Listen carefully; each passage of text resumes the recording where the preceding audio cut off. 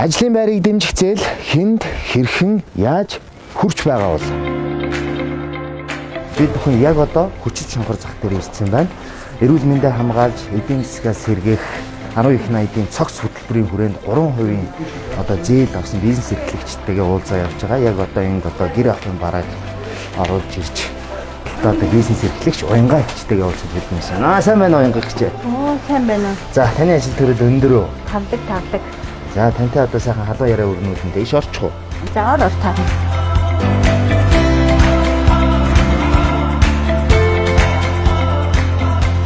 За юуташ карантин дууссан. Ажил төрөл эхэлсэн. Давгүй юу? Тийм ээ. Давгүй. За тэгээд юу хоёлаа энэ халдвар хамгааллын дүрмийг угаасаа баримталж байгаа юм чи маск авчи те. Би чинь 2 дахь вакцинаач бас хийлгэсэн юм За чи. тийм би ч бас хийлгэсэн шүү. За. Уянгаагч. Одоо энэ хүчит шонхор зах дээр энэ бизнесийг эхлүүлээд одоо хэдий хэр жил болж байна? Би бол одоо 10 жил болж байгаа одоо яг хүчит шонхор зах дээр гэр ахуйн ийм худалдаа арилжаа хийгээд 10 жил болж байгаа. Тэгээ сая цаар тахлын үеэр бол одоо 2 жил шахуус бидэрт бол аюу хэцүүсэн шүү дээ. Тэгээд одоо бол харин юм бүхэн арай нэгдэж байна. За ажлын байрыг дэмжих 3% зээлийн гол зорилго нь юу юм бэ гэвэл бид нар яг энэ ковидын одоо онцгой нөхцөл байдал бид нар амьдарч байгаа. Энэ хугацаанд аж ахуйн нэгжүүдийн хаалгыг нь бариулахгүй одоо байгаа ажлын байрыг нь хадгалж үзэхэд дэмжлэг болгож аж ахуйн нэгжүүдтэй хөнгөлөлттэй зээл одоо энэ олгож байгаа. Эдийн засгийн аварч үлдэх ажлын байрыг хэвээрнүүдийг за тэгээ эргэлтийн хөрөнгийг бий болгох гэдэг энэ 3% зээлд хамрагдсан тийм үү?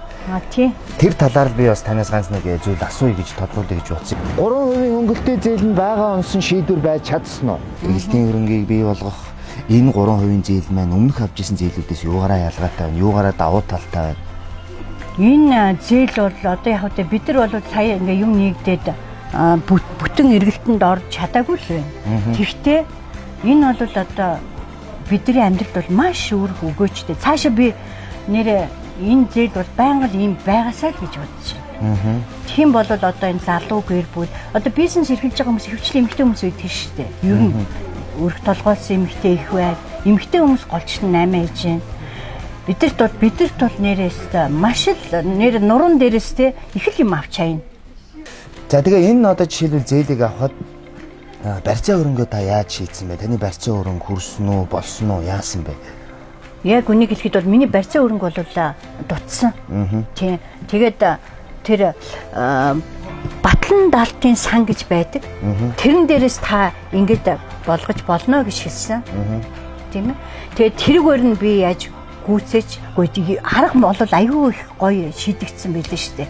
Аль болох олгох тал дээр. Зээл хүсэгчд маань батлан даалтын санд ер нь хэрхэн хамрагддаг юм? Зээл хүсэгч маань эхлээд миний төрөнд аржины банкн дээр болохоор зээлийн хүсэлтээ хөрвүүлнэ. Зээлийн хүсэлтийг маань аржины банк судалж хорооныхаа шийдвэрээр гаргаад батлан даалтын санд болохоор хүсэлтийг тавьдаг. Тухайн хүсэлтийг зээлийн батлан даалтын сандаар судалж шийдвэр гаргаж банкнд буцаад мэдэгддэг байгаа. Ингэснээр батлан даалттай зээл олголт хийж аж ахуйн нэгжүүд маань бизнесээ өргөжүүлэх боломж хүртэж байгаа. Тэгэхгүй бид нар тийм удаан юм ерөөс байгаагүй шүү дээ. 8 10 цаатанд 10 болох хонсон баха. Оо. Айгуу саадгүй хурднасан байна тийм. Тэр чинь нэг тийм айхтар одоо чи нэг урднаас амар их бичиг баримтууд дээр бүрдүүлэхэ болцсон байл ш. Зүгээр банкны хуулгаа айгуу бас бидэс хөгжсөн. Банкны хуулгаа гаргавал одоо бэлэн тэдэрч өөрөөсөө баг гаргаад өгчин. Хэрв тань зээлтэй холбоотой санал гомдол байвал доор хуудсанд хандаарай. Яг сайхан ажил хийдэг юм байна. Энэ бизнесээ улам өргөжүүлээрээ тэгээд өшөө олон юм салбаруутай өөр зах дээр бас нэгээрээ. За тэгээд таны ажил өндөр амжилтсан. За нэг зөгчий ковидгүй зуны төлөө тий. За баярлалаа. Яг үнэ ард түмэн маань эрүүл болоо штэ.